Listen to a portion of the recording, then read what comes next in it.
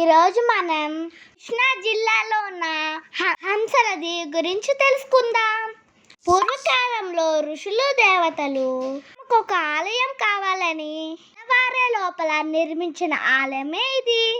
Friends, మీరు కూడా పూర్వకాలంలో ఈ ప్రాంతం అంతా ఆవులు సంచరిస్తూ ఉండే.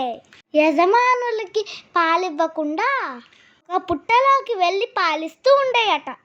అది చూసిన కొంతమంది గోపాలకులు చెత్తా చెదారం వేసి నిప్పు పెట్టారంట. లోపల స్వామి ఉన్నారని తెలియక వెళ్ళి చూడగా మొహం ఒకటే ఉండి తీరమంతా కాలిపోయిందంట.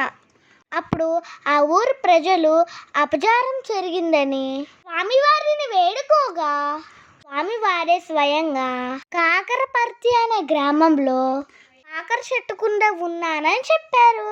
నన్ను తీసుకొచ్చి ఆలయంలో ప్రతిష్ఠించమన్నారు.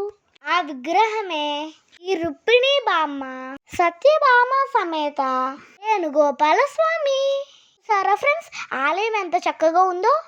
స్వయంగా దేవతలు నిర్మించిన ఆలయం ఇది. అలాగే ఫ్రెండ్స్, ఈ ప్రాంతానికి హంసల దీవి అనే పేరు ఎలా వచ్చిందో ఇప్పుడు తెలుసుకుందాం. గంగా అనే గంగా నది ఉండేది. పాపాలు చేసిన వారు రాక్షసులు నదిలో స్నానం చేయగా అంతా వాళ్ళ పాపాలతో నల్లగా మారిపోయింది.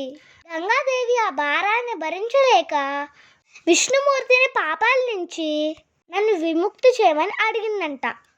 అప్పుడు విష్ణుమూర్తి, అప్పుడు ఈ పాపాలతో నువ్వు నల్లగా అయిపోయావు, నువ్వు ఒక కాకి రూపం ధరించు, ప్రతి నదిలో కూడా స్నానం ఆచరిస్తూ ఉండు, ఎక్కడైతే నీకు ఈ కాకి రూపం పోద్దో అక్కడ నీవు విముక్తురాలివి అవుతావు అని చెప్పారంట. కౌస మహర్షి అనే ఒక ఋషి ఈ ఆలయంలో చేస్తుండగా అక్కడ ఉన్న కొంతమంది ఈయన్ని చూసి ఒక మహర్షికి సూత్రురాలికి జన్మించావని హేళన చేశారు. ఆ బాధ భరించలేని కౌస మహర్షి స్వామివారిని పునీతుడు చేయమని వేడుకున్నారంట. అప్పుడు స్వామివారు కృష్ణానదిని 2 పాయలుగా చీల్చి ఒక పాయని యజ్ఞఘట్టం మీదుగా సముద్రంలో కలిపారంట. అప్పుడు ఆ గంగాదేవి నాగ రూపంతో ఇక్కడికి వచ్చి స్నానం చేయగా హంసలా మారిపోయిందంట. అందుకే ఈ ప్రాంతానికి హంసల దీవి అనే పేరు వచ్చింది.